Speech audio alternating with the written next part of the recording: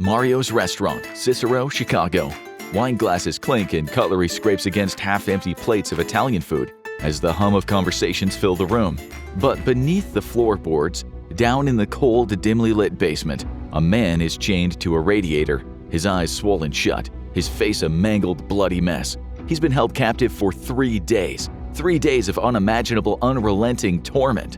"Kill me, please," he whispers, blood mixing with spit as it dribbles from his shattered teeth. "Not yet," responds his torturer, slightly amused.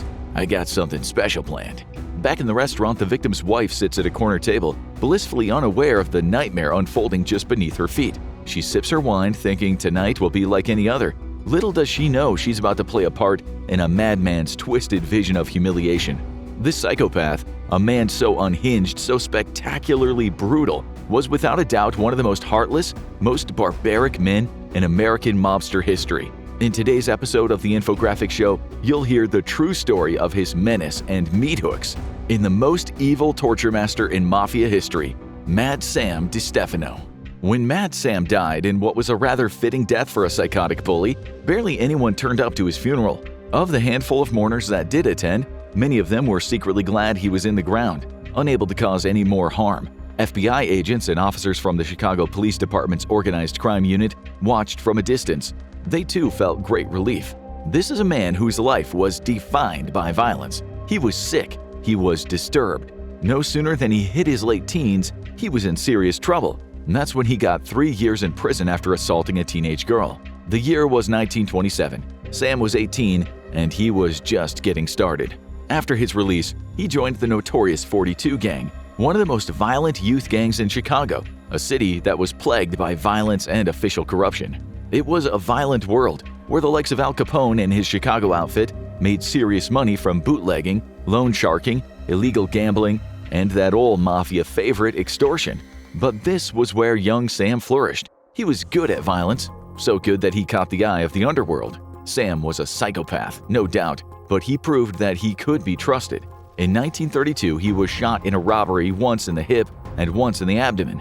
At the hospital, he refused to give up any names. He was also running his own bootlegging operations, although his criminality was interrupted yet again when he was handed a prison sentence for a bank robbery. It wasn't until the 1950s that he really made a name for himself as one of the most feared mobsters, not just in Chicago, but the entire country. It was around this time when he used money he'd stashed from his robberies and loan sharking businesses to buy fancy buildings, including an apartment complex. By the middle of the decade, he was bragging that there was no one he didn't have on his payroll. It was true. He had judges in his pocket, and the cops treated him like Chicago royalty. Whether you were a low-down thief in the street or a high-level official, you knew Sam's name, and you feared him as you feared the Grim Reaper. "There ain't a case in Chicago I can't fix," he'd like to tell his acquaintances. Get arrested for a robbery and you could call Sam, and for $800, that charge disappeared. Get done for assault, and he'd get you off for $1,500. $20,000 would get you off a murder charge. You were then forever in his debt or on the juice. It got to a point where the police would bring suspects straight to Sam's house. If the suspects paid up or agreed to a loan, part of the money went to Sam and part went to the cops. But being in debt to Sam usually meant that debt kept growing with interest. Sam's associates many years later said Sam actually hoped they couldn't pay. Why? Because that gave him an excuse to torture them. If you didn't pay, well, that's how Sam gained his fierce reputation, collecting debts owed to him or to the new outfit boss, Salvatore Giancana. Everyone knew he had a soundproof room, and if you were ever unfortunate enough to go into it, you were lucky to come out with your body parts intact. It goes without saying that the outfit didn't like loose cannons. Maniacs made everyone feel on edge, but Sam stayed on the good graces of Giancana for a while. When Giancana wanted Sam's drug addict brother, a gang enforcer named Michael, out of the picture, Sam did the hit himself. He murdered his own brother, going as far as washing the body with soap and water to cleanse the soul. He was a sadist, and as far-fetched as it seems, maybe even a Satan worshiper. We'll talk about that in a minute. Psycho? Yes, but he was a damn good earner. He was such a good earner that the bosses even invested their own money in his loan operations. Still, he wasn't a made man, and this might have bothered him. The short story is he was too deranged to be made. And this is how we get to the story of Peter Capetti. one of the many people who played a role in Sam's gruesome reputation. Sometime in the 1960s, Sam's loaning business was flying. He had so many people in his debt that he had collectors working for him. Capetti was one of them. Capetti took $25,000 from a loan shark victim, Sam's money. This was a lot of money back then, about $250,000 in today's money. Sam caught up with Capetti in Milwaukee and brought him back to Chicago. And that's how Capetti ended up in the basement of Mario's restaurant in Cicero. The owner was Mario, one of Sam's 6 brothers, a made man, so higher ranking than Sam, but nowhere near as feared. Sam, Mario, and 2 other mobsters, Charles Grimaldi and Sam Gallo, stripped Capetti naked and handcuffed him to a radiator. They proceeded to hand out the beating of a lifetime, breaking Capetti from head to toe over 72 hours. Grimaldi later said that Capetti started by pleading for his life, and by the 3rd day, he was pleading for them to finish him off. You didn't steal from Mad Sam like that and get an easy death. Sam called some of the most powerful people he knew, judges, lawyers, cops, and high-ranking mobsters. He told them he was holding a dinner event at Mario's, adding that he had an important announcement to make. Also on his guest list were members of Capelletti's family, including his dear wife. As the wine flowed and mountains of pasta were consumed, Sam told the bloodied Capetti his wife was upstairs. He promised he'd take care of her. "I have something to announce," Sam shouted as everyone was partway through their meal, enjoying what seemed like at that moment a merry occasion. Sam told the party that Capetti was downstairs and that he had been a bad boy. As Sam was speaking, Grimaldi and Gallo dragged a moaning, half-dead Capetti into the restaurant. The atmosphere was now one filled with horror. Sam was making a point to the powerful people around him. "This is what you get when you steal from me." They then threw what was left of Capetti in front of his wife. Those cops and judges and lawyers were all saying the same thing when they spoke to the likes of Giancana. Sam is out of control. At some point, someone would have to put Sam out of business, but until then, he was going to cause a lot more damage. Men who knew Sam, including FBI agent William F. Romer Jr., one of J. Edgar Hoover's guys, tried to clean up the streets of Chicago and said Sam was a sadistic, arrogant, swaggering thug. Sam thought he was untouchable. He once told an associate that he could have been president had he not been imprisoned as a kid for hurting that young girl. He had to be stopped. Too many people were going missing. Sam's partner in crime, Grimaldi, aka Chucky, later explained that Sam would spend many a night driving around looking for good spots to dig graves. When he ran out of places, he fed his victims' bodies to pigs. He'd go to the pig farm and just stare at the animals, wondering how much they could consume. To survive in Chicago, you had to be smart. One time a politician owed Sam a huge amount of money, supposedly several $100,000, so Sam sent him a watch with the words "To Bob from Sam" engraved on the back.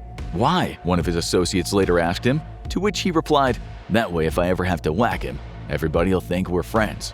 And then there was the devil worshipping. This part again comes from Grimaldi, who said that he saw it with his own eyes. He explained that Sam would get down on all fours and smash his fists against the floor in frustration and rage.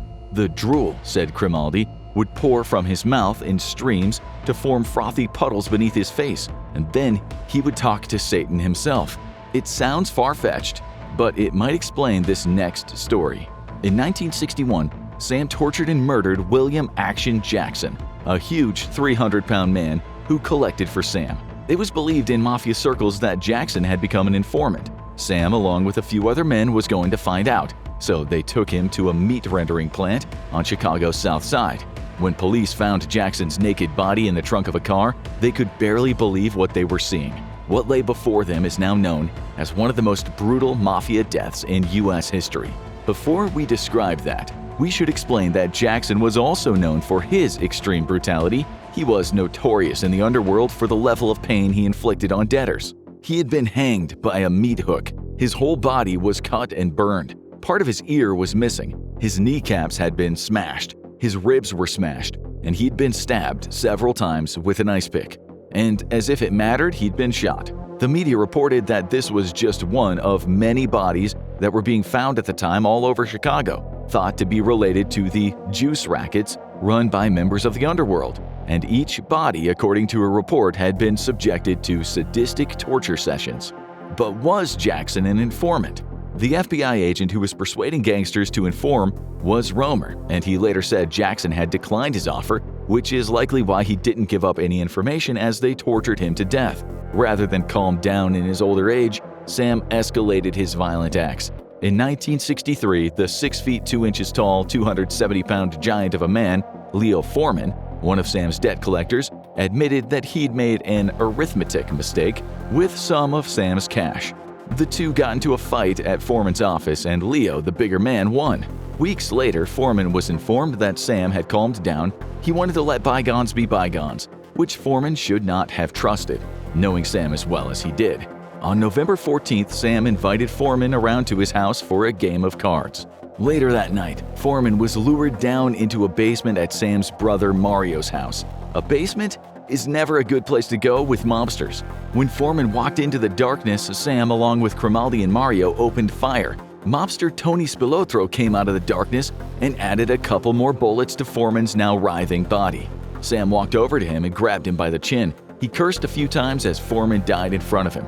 "Look," Sam mused to the other guys. "He's got a smile on his face. Looks like he was glad to die." Foreman's body was later found in the trunk of a car. Forensics years later matched wood chips and paint on Foreman's body to that basement in Mario's house. At this point, Grimaldi had already become an informant, so the FBI knew about the basement murder. Sam, Mario, and Spilotro were arrested soon after. It was 1973.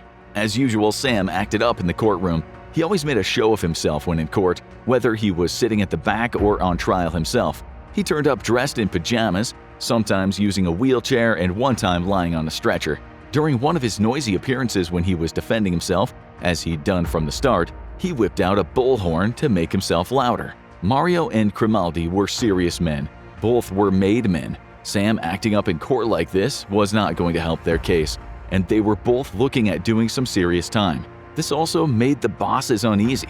Long sentences are never a good thing for bosses because men can turn. Sam had to go.